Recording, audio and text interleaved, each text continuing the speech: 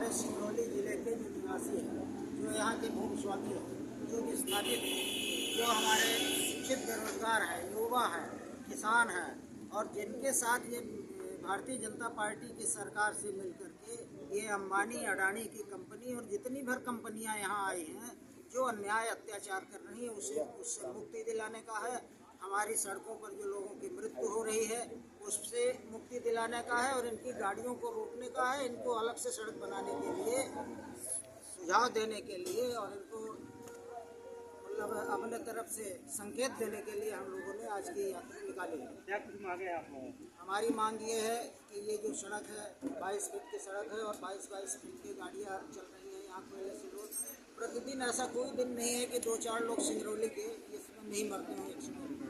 हमको तो ये लग रहा है कि भारतीय जनता पार्टी और अडानी की कंपनी के साथ जितनी कंपनियां हैं इन सब लोगों का कोई गुप्त समझौता है कि सिंगरौली की आबादी कम कर दो एक्सीडेंट करते करते, और उसी एजेंडे पर ये चल रहे हैं। आज एक पता नहीं है कि कितने लोग यहाँ सिंगरौली में काल के गाल में चले गए असमय, इसलिए हम लोग इसके लिए लगे हैं। कंपनियों के पास पैसा है, वो अपनी अलग से सड़क बना लें, उस सड़क से अपना कोयला ले जाएं। इस सड़क से ले जाना है तो सड़क का दोहरीकरण करें। रात में गाड़ियाँ चलती हैं तो पूरे सड़कों पर जहाँ से कोयले का परिवहन होता है स्ट्रीट लाइटें लगाई जाएँ और तब गाड़ियाँ चलाई जाएँ। आखिरी सवाल आपसे, आज़ादी के 78 साल बीत जाने के बावजूद भी रजमलान की जनता पानी के लिए तरस रही है। ना पक्ष बात करती है ना विपक्ष बात करती है। ऐसा नहीं किस है। पहलू पे काम होगा? पानी के लिए जनता नहीं तरस रही है और पानी की जब जब आवश्यकता हुई है समय पर कांग्रेस पार्टी की सरकार रही है तो पानी की व्यवस्था की गई है। हैंडपंप खोदे गए हैं, पंचायतों में जल प्रदाय योजना चालू की गई है। आज भारतीय जनता पार्टी के राज्य में जरूर ये हो रहा है और हैंडपंप बंद करने की साजिश चल रही है। ये जो पाइप सड़क पर दिख रहे हैं, नल जल योजना का कार्यक्रम हो रहा है हर घर में जल देने का, इसका कुछ नहीं होना है। इसका हश्र वही होगा जो गांव-गांव में शौचालय बनाए गए उनका जो हश्र हुआ है। भारतीय जनता पार्टी के बड़े बड़े व्यापारियों को पैसा मिल गया, पाइप सप्लाई हो गई, उनको ठेका मिल गया, लेकिन इसका रिजल्ट कुछ नहीं होना है। और कांग्रेस पार्टी इसके लिए संघर्ष कर रही है। कांग्रेस पार्टी सड़क से सदन तक संघर्ष करेगी, प्रशासन को मजबूर कर देगी। यहाँ आज जो भूमि अधिग्रहण हो रहा है, अधिग्रहण नहीं हो रहा है, यहाँ तो भूमियों की लूट हो रही है और कोई बोलने वाला नहीं है। भारतीय जनता पार्टी के नेता विकास की बात करते हैं, विधायक की विधानसभा में भाषण देते हैं, विकास काहे का कर रहे हैं?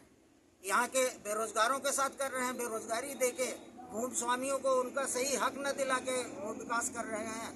विस्थापितों को जहाँ बसा रहे हैं वहाँ स्वास्थ्य और शिक्षा तक की व्यवस्था नहीं है, ये विकास कर रहे हैं। विकास कर रहे हैं अपने परिवारजनों को, अपने लड़कों को और खुद के व्यापार के लिए विकास कर रहे हैं। इस तरह की सरकार में जनता को कभी फायदा नहीं मिलता है, जनता का हित नहीं होता है। ये गरीबों की हितैषी सरकार नहीं है, ये किसान की हितैषी नहीं है, आम आदमी की हितैषी नहीं है। हम इस सरकार को मजबूर करेंगे और जिला प्रशासन सिंगरौली को भी मजबूर करेंगे। ये हमारे प्रशासन में जो कलेक्टर बैठे हुए हैं ये तो ऐसा लग रहा है कि अडानी के कर्मचारी हैं, इनके सीईओ बन के काम कर रहे हैं। अभी आपने देखा होगा परसों से चल रहा है पचौर, बंधा, मझौली, खनुआ यहाँ की जमीनों का अधिग्रहण होना है जेपी के लिए। कोई अधिसूचना जारी नहीं है, जमीनों की रजिस्ट्री बंद करा रहे हैं, बड़े फोर्स के साथ वहाँ भेजा जा रहा है तहसीलदार को। क्यों रोक रहे हैं?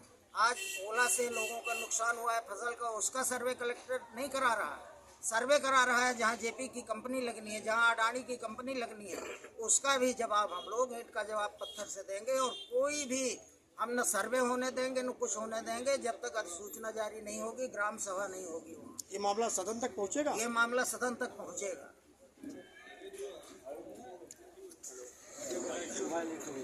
बताइए।